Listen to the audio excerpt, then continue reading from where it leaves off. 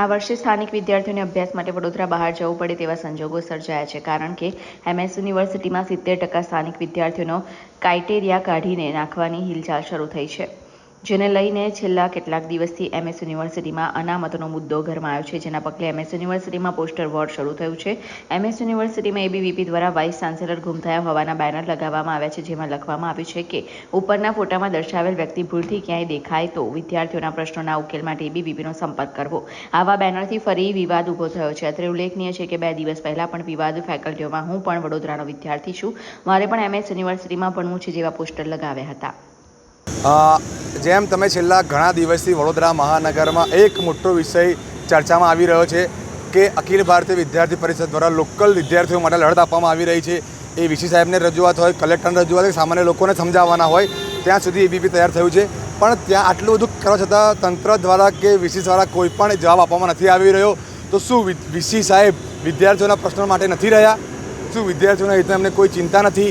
ફક્ત અને ફક્ત પોતાના રોટલા શેકવા માટે અહીંયા બેઠા છે લોકો? તો અમારી એટલી જ માંગ છે કે VC સાહેબ દ્વારા આ જે અમારો વિષય છે એના પર ચર્ચા કરવામાં આવે। અને છેલ્લા 2 વર્ષમાં જોવા જઈએ તો સાહેબ 1 વર્ષ પહેલાં અમને મળ્યા હતા, એ પણ એક આંદોલનના રૂપમાં મળ્યા હતા, ત્યારબાદ મળ્યા નથી। અને ત્યારબાદ તો એક નવો નિયમ આવ્યો છે કે કોઈને પણ આવેદનપત્ર આપવું હોય તો ગેટની બહાર આપવું। શું વિદ્યાર્થીઓના હિતમાં લડવું એ ગુનો છે અમારો? શું પ્રાઇવેટ સિક્યુરિટી દ્વારા અમે ધક્કા કાઢી મૂકવામાં આવે છે? એ શું પ્રાઇવેટાઇઝેશન થઈ રહ્યું છે? આ સિક્યુરિટી જે ચાલી રહી છે એ ધક્કા મુક્કા મારીને વિદ્યાર્થીઓને મારી રહી છે।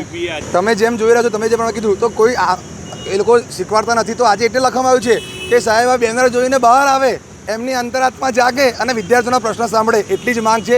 અને તમે જેમ વાત કરી અનામતના સ્ટીકરવાળી, તો અમારું એટલું જ માગવું છે કે યુનિવર્સિટી આની પર કોઈ સ્પષ્ટ નિર્ણય આપી દે કે અમે શું કરવા માગી રહ્યા છે। તો જે વાલીઓ ટેન્શનમાં છે એ ફ્રી થાય અને પોતાનું ભવિષ્ય બાળકનું ભવિષ્ય બનાવવા માટે બીજી કોઈ જગ્યાએ એડમિશન લેવું તો લઈ લે।